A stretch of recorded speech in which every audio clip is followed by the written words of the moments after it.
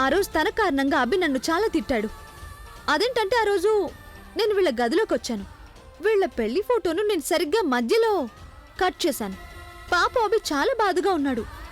అప్పుడు తను ఏం కోరుకున్నాడంటే ప్రజ్ఞ ఆ ఫోటోని చూడకూడదని, కట్ చేసిన ఫోటోని. అందుకని తను మధ్యలో టేప్ వేసి అతికించాడు. ఈ ఫోటోని అతికించాడు. అప్పుడు ప్రజ్ఞకి ఈ విషయం తెలీదు అనుకున్నాడు. కానీ ఏం పర్వాలేదు. ప్రజ్ఞ, ఒక పని చెయ్యి, ఈ ఫోటోని తీసుకో, దీన్ని నీతో పాటు తీసుకెళ్ళు. అదేంటంటే నేను నా పెళ్లి ఫోటోని అభితో ఉన్నది ఈ గోడ మీద చాలా పెద్దదిగా పెడతాను. అందుకని నీ చిన్న చిన్న ఫోటోలకి ఇక్కడ ఎలాంటి పని ఉండదు. నువ్వు వీటిని నీతో పాటు మీ పుట్టింటికి తీసుకెళ్ళు. తను వాట్? నువ్వెంత ఈవిల్ అని తెలుసా? కొంచెమైనా ఆలోచించాలి కదా ఎదుటి వాళ్ళ ముందు ఏం మాట్లాడాలి, ఏం మాట్లాడకూడదని. నాకేమనిపిస్తోందంటే ఫోటో ఫ్రేమ్ని తగిలించడం, తర్వాత ఒకవేళ తనని తాను హ్యాంగ్ చేసి తను వి కెనాట్ అఫోర్డ్ దట్. ఒకవేళ తను సూసైడ్ చేసుకుందంటే అప్పుడు మళ్ళీ నీ పెళ్లి పోస్ట్పోన్ అయిపోతుంది తన కారణంగా. లేదాలియా, అలా ఎప్పటికీ జరగదు. అదంటంటే ఒకవేళ తను చనిపోయిందంటే కూడా నేను రేపట్టి పరిస్థితుల్లోనూ అభిని పెళ్లి చేసుకునే తీరుతాను. కావాలంటే నేను తన కాలుతున్న చితి చుట్టూ ప్రదక్షిణలు చేయడానికి కూడా అస్సలు వెనకాలను. పద, లెట్స్ గో. మనం నీ పెళ్లి కోసం బోల్డ్ అని ఏర్పాట్లు చేయాలి. ప్రజ్ఞ, గుర్తుపెట్టుకో, రేపు ఉదయం 10 గంటలకి దుర్గమ్మ తల్లి గుళ్ళో మా పెళ్లి. Okay, see you, bye.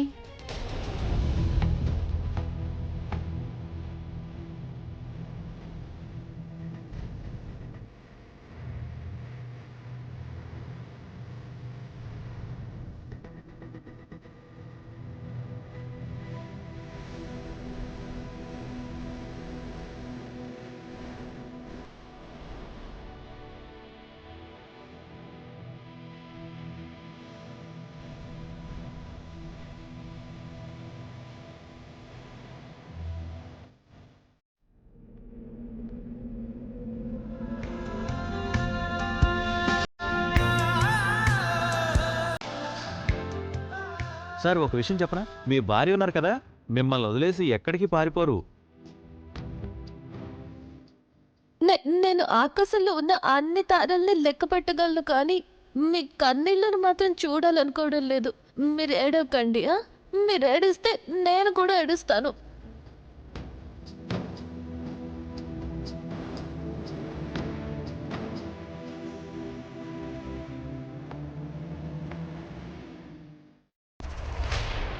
ఇదంతా ఏంటవి? నువ్వు ఇలా ఎలా చేయగలవు? ముందు నువ్వు మోసం చేసి ప్రెగ్నెన్సీ చేత డివోర్స్ పేపర్స్ మీద సైన్ తీసుకున్నావు. కానీ డివోర్స్ రావడానికి ముందే తన్నుని పెళ్లి చేసుకోబోతున్నావా? అసలు నీకేమైంది అభి? నువ్వు కంకణం కట్టుకున్నావా ప్రపంచంలో ఎన్ని తప్పుడు పనులున్నాయో అవన్నీ చేయాలని? ఈ పెళ్లి, డివోర్స్ ఇవన్నీ నీకు ఒక తమాషాలాగా కనిపిస్తున్నాయా? ప్రవీణ్, నువ్వు నన్ను ఏం అడగొద్దు. అంతా చాలా కాంప్లికేటెడ్ అయిపోయింది. నేను ఎవరికి ఏమి నచ్చ చెప్పలేను, ముఖ్యంగా నీకు అస్సలు చెప్పలేను. ఏమన్నావు నువ్వేమీ ఎక్స్ప్లెయిన్ చేయలేవా? అది కూడా నువ్వు నాకేం చెప్పలేవా? అంటే ఇప్పుడు నీకు నేనేమీ కానన్నమాట. నువ్వు నాతో అన్ని బంధాలను తెంచుకున్నావా? లేక తన్నుని పెళ్లి చేసుకున్న తర్వాత నువ్వు ఎవరితోనూ ఎలాంటి బంధం పెట్టుకోకూడదని చెప్పిందా? ప్రవీణ్! అవును, ప్రవీణే. ఆ ప్రవీణే నువ్వు నీ ఫ్యామిలీలో ఒక మెంబర్ అనుకున్నావు. తనే నీ బెస్ట్ ఫ్రెండ్ అనుకున్నావు, నీ సొంత తమ్ముడు అనుకున్నావు. నువ్వు ఈరోజు ఇంత పెద్ద డెసిషన్ తీసుకునే ముందు ప్రవీణ్ని ఒకసారి అడగాలనిపించలేదా నీకు? నువ్వు మారిపోయావు అభి. ఈరోజు నేను ఇంట్లో ఉండగానే నాకు అన్ని విషయాలు తెలిసిపోవడం మంచిదైంది. లేదంటే నువ్వు నాకు చెప్పడం అవసరం అని కూడా అనుకోవు కదా. యు నో వాట్, ఈరోజు నువ్వు నన్ను వేరు చేయడమే కాదు, ఈరోజు నా స్థానం నాకు చూపించే సభి. నువ్వు నాకు అర్థమయ్యేలా చెప్పు. ఎవరికైతే ఫ్యామిలీ ఉందో వాళ్ళకి జీవితంలో కనీసం ఒక ఫ్రెండ్ కూడా ఉండలేడని. నువ్వు నాకు ఇప్పుడు నమ్మకం కలిగించావు. నేను నీ కేవలం ఒక మేనేజర్ని మాత్రమేనని. నేను నీ ప్రొఫెషనల్ మ్యాటర్స్లో ఇంటర్ఫియర్ అవ్వచ్చు, కానీ నీ పర్సనల్ లైఫ్లో అసలు ఇంటర్ఫియర్ అయ్యే హక్కు నాకు లేదని నిరూపించావు. రేపు నువ్వు ఒక కొత్త బంధంలో ముడిపడబోతున్నావు, కానీ ఈ రోజు నాతో ఉన్న పాత బంధాన్ని తెంచేసుకున్నావు. అయినా నాకు నీ లైఫ్లో ఇంటర్ఫియర్ అయ్యే హక్కు లేనప్పుడు ఈ ఇంట్లో ఉండే హక్కు కూడా నాకు లేదు అభి. అందుకే నేను ఇక్కడి నుంచి వెళ్ళిపోతున్నాను. ప్రవీణ్, నేను చెప్పేది కాస్త విను ప్రవీణ్. ప్లీజ్ నన్ను క్షమిస్తావా? నువ్వు నాకు బ్రదర్ లాంటి పడవు ప్రవీణ్. నువ్వు తప్ప నాకు ఇంకెవరున్నారు చెప్పు? డివోర్స్ కారణంగా ప్రజ్ఞ నాతో మాట్లాడడం లేదు. తను పెళ్లి గురించి తప్ప ఇంకేమీ మాట్లాడడం లేదు. నానమ్మ నా మీద కోపంగా ఉంది. ఇక ఆలియా అయితే చూడు ప్రవీణ్, నువ్వు చెప్పిందంతా నిజమే అని నాకు బాగా తెలుసు. కానీ నాకు వేరే దారి లేదు. ఇలాంటి సమయంలో నన్ను ఒంటరిగా వదిలి వెళ్ళొద్దు. రేపటి గురించి ఆలోచిస్తుంటే నా పరిస్థితి దారుణంగా మారుతోంది ప్రవీణ్. మనసు ఒకటి చెప్తోంది, మైండ్ ఇంకేదో అర్థం చేసుకుంటున్నా. నాకు అసలు ఏం జరుగుతుందో ఏమీ అర్థం కావడం లేదు. అభి, నీ మనసుకి ఏం కావాలో నీకు తెలిసినప్పుడు నువ్వు నీ మనసు చెప్పినట్టు చేయొచ్చు కదా. మొదటి నుంచి మనసు నాకు ఒకటే మాట చెప్తోంది ప్రవీణ్. కానీ నేనే దాని మాట పట్టించుకోలేదు. ఇప్పుడు చాలా ఆలస్యం అయిపోయింది కదా. రేపు మా ఇద్దరు పెళ్లి ఫిక్స్ అయిపోయింది. ఉదయాన్నే తన్ను వాళ్ళ అమ్మ నాన్న ఇక్కడికి వచ్చేస్తున్నారు. ప్రజ్ఞ దగ్గర డివోర్స్ తీసుకున్నాను. ఇప్పుడు నేనేం చేయాలని ఏమీ చేయలేని పరిస్థితిలో ఉన్నాను.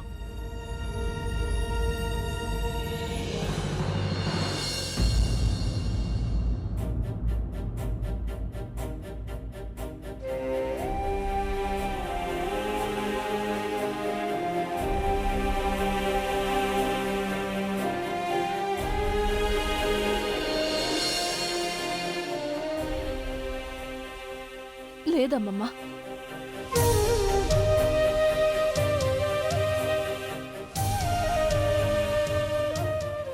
అమ్మమ్మ, ఇప్పుడు నేను 7వ నెలకి. మీరు నాకు ధైర్యం చెప్పక్కర్లేదు. మొత్తం అంతా అయిపోయిందమ్మమ్మ. హక్కు కోసం పోరాటం, నిజం కోసం పోరాటం అన్నీ అయిపోయాయి. నాకు ఇప్పుడు ధైర్యం అవసరం లేదు. ఎలాంటి ఆశలు లేవు. అన్ని పోరాటాలు అంతం అయిపోయాయి అమ్మమ్మ. నేను ఓడిపోయాను. యాక్చువల్లీ అమ్మమ్మ, నేను ఎప్పుడు మొదట్లోనే ఓడిపోయాను. కానీ నేను నా ఓటమిని అంగీకరించలేకపోయాను అంతే. మీరు నన్ను పోరాడమని చెప్పారు కదా అని పోరాడుతూ నన్ను నేను మోసం చేసుకుంటూ వచ్చాను. మీరు నాకు అన్ని తప్పులే నేర్పించారమ్మమ్మ. మీరు తప్పు చెప్పారు. కుంకుమకి శక్తి ఉంటుందని అన్నారు. ప్రేమకి బలం ఉంటుందన్నారు. ఎక్కడ కుంకుమ ఉంటుందో అక్కడ శక్తి ఉంటుంది అన్నారు. కానీ నాకేది తోడుగా లేదమ్మమ్మ. నేను పూర్తిగా ఒంటరిదాన్ని. ఎవరైనా ఉన్నారంటే ఎక్కడున్నారు? ఏమయ్యారు? 7 అడుగులు ఏమయ్యాయి? నా మంగళసూత్రం ఏమైంది? నా కుంకుమ ఏమైంది?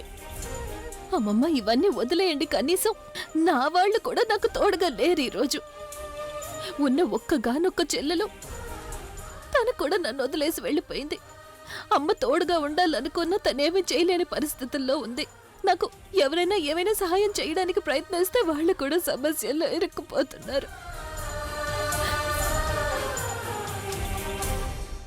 నేను తన్ను ముందు ఓడిపోలేదమ్మమ్మ. నేను నా తలరాత ముందు ఓడిపోయాను. నాకంటే దురదృష్టవంతురాలు ఇంకెవరుంటారమ్మమ్మ? మీరే చెప్పండి. నాకింతవరకు డివోర్స్ కూడా కాలేదు. కానీ నా భర్త మరొకరిని పెళ్లి చేసుకోబోతున్నారు. ఒక్క సంతకంతో అంతం అయిపోయింది. అసలు ఆ బంధం అసలు ఎలాంటి బంధం అమ్మమ్మ? ఇప్పుడు నా కుంకుమే నాకు తోడుగా లేనప్పుడు ఇంకెవరు నాకు తోడుగా ఉండగలరు? మీరు నాకన్నీ తప్పుగా నేర్పించారమ్మమ్మ. నిజం కోసం పోరాడమన్నారు. అబద్ధానికే ఎక్కువ విలువ ఇచ్చే ఈ ప్రపంచంలో నిజానికి ఎలాంటి చోటు ఉండదు. అంతా అయిపోయింది. ఈ ప్రపంచంలో నిజానికి ఎలాంటి స్థానము లేదు.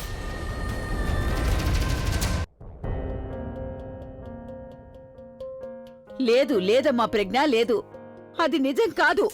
అదే నిజం అమ్మమ్మ. ఈ ప్రపంచం అంతట్లో మీ జీవితం తప్ప మీకు ఇంకేమీ సొంతం కాదు.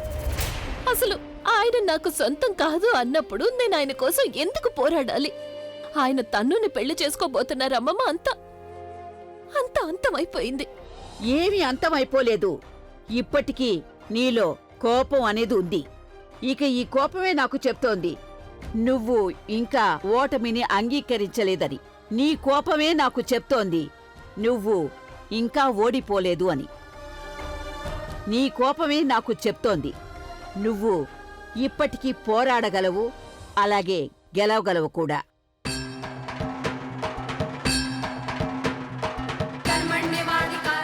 నీలో ఉన్న నీ కోపమే నీ గెలుపుకి కారణం అవుతుంది ప్రజ్ఞ. నీ కోపమే నిన్ను ఇంతవరకు ఓడిపోనివ్వకుండా తీసుకొచ్చింది. ఎంతవరకు నీలో ఈ కోపం ఉంటుందో నీలో గెలవాలనే కోరిక కూడా బతికే ఉంటుంది ప్రజ్ఞ.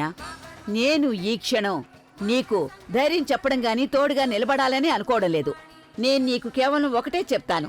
ఎలాగైతే ఇప్పటి వరకు విడాకులు జరగకుండా ఉన్నావో అలాగే తన్నుకి అభితో ఇప్పటి వరకు పెళ్లి కానే లేదు కదా.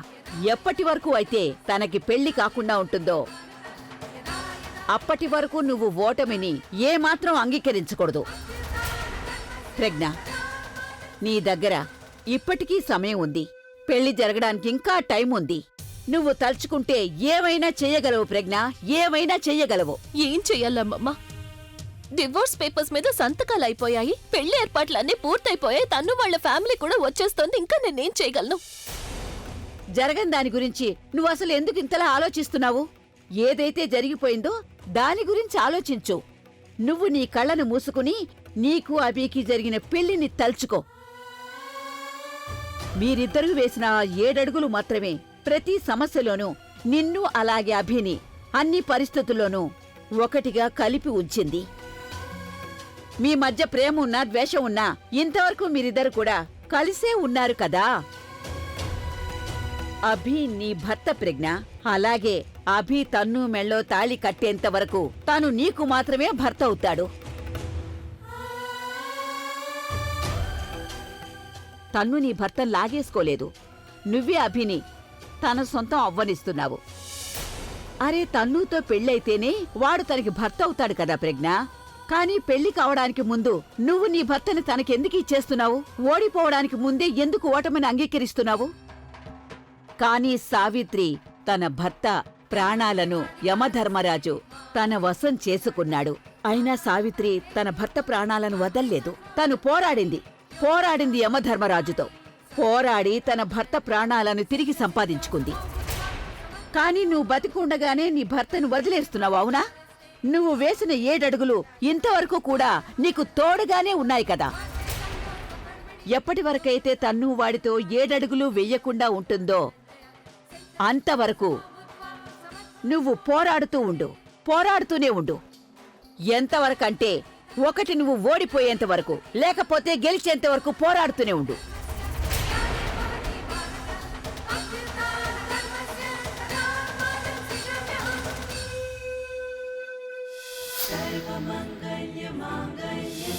शिवे सर्वार्थसाधिके शरण्ये त्र्यम्बके गौरी नारायणी नमोस्तुते।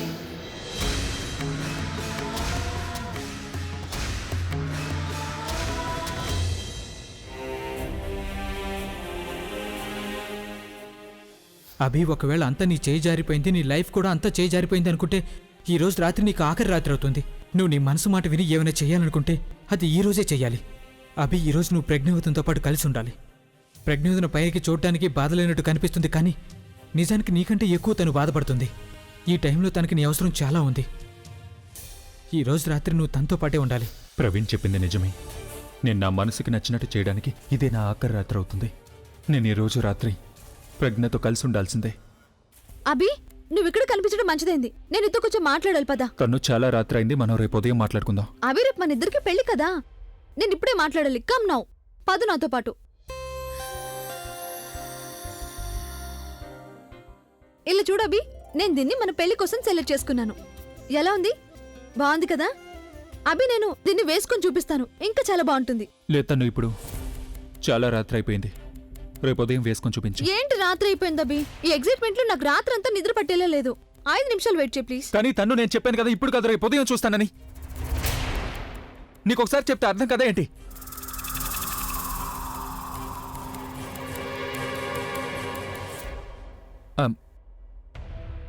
ఐఎమ్ సారీ తను. నేను బాగా అలసిపోయాను. రేపు ఉదయం కూడా చాలా పనులు చేయాలి కదా, అందుకే ఇప్పుడు పడుకుంటేనే రేపు ఉదయం ఫ్రెష్గా ఉండగలను. రేపు నువ్వు దీన్ని పెళ్లిలో వేసుకుంటావు కదా, అప్పుడు చూస్తానులే. Good night.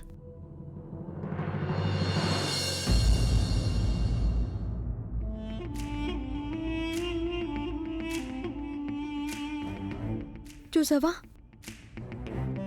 మీ నాన్న మీ అమ్మ మీద ఎలా కోపడుతున్నాడో? చూసావా నువ్వు? కానీ మరేం పర్వాలేదు, రేపు మీ నాన్న కోపం కూడా తగ్గిపోతుంది. అలాగే మీ మమ్మీ టెన్షన్స్ అన్నీ కూడా అంతమైపోతాయి. రేపు నీ పేరు అభి ది రాక్ స్టార్తో ముడిపడిపోతుంది. ఇక నిఖిల్ పాస్ట్లో ఉండిపోతాడు.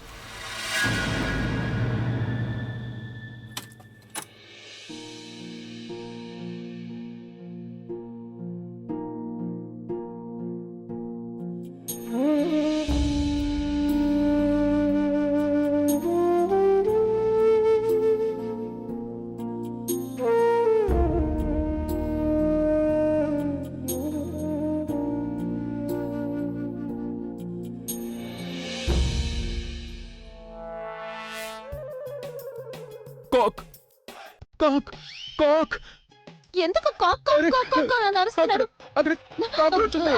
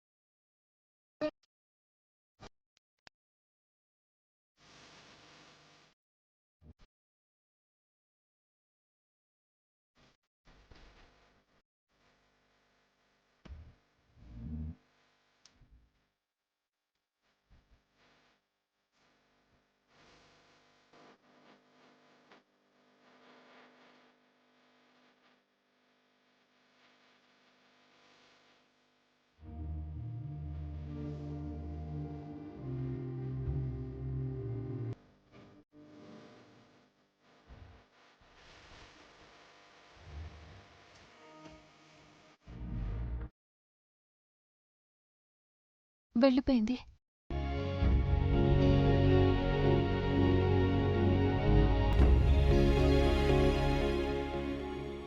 చూడు, కాసేపు మనం ఇలాగే ప్రశాంతంగా కూర్చొని మాట్లాడుకోవచ్చు కదా.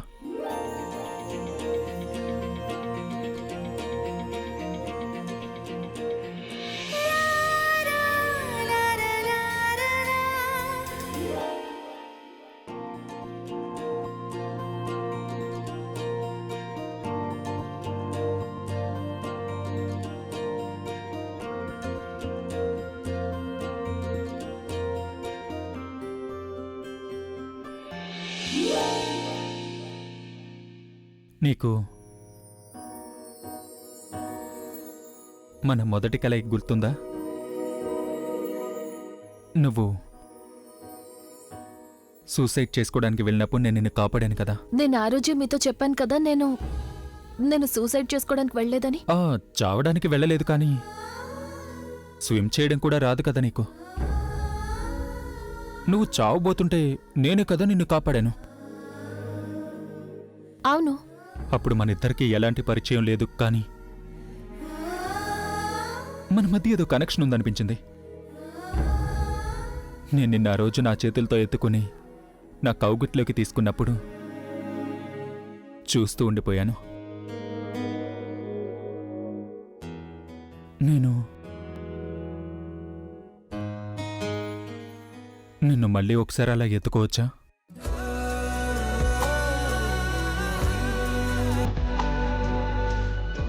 ప్లీజ్.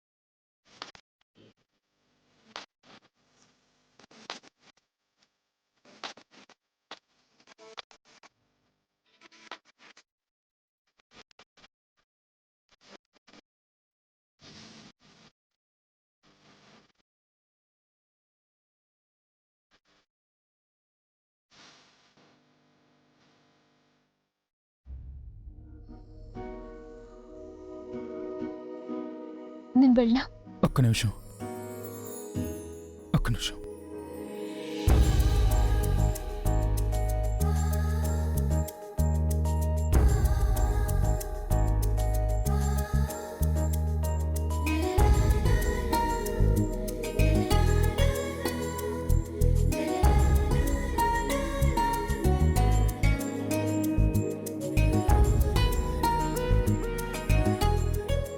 ఒకసారి ఎవరో చేసిన తప్పు వల్ల ఈ కుంకుమ నీ మీద పడింది కదా.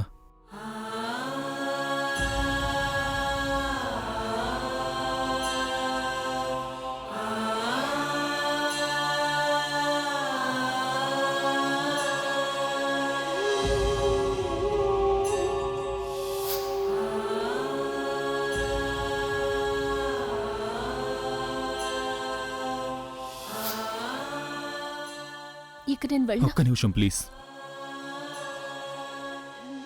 నా కోసం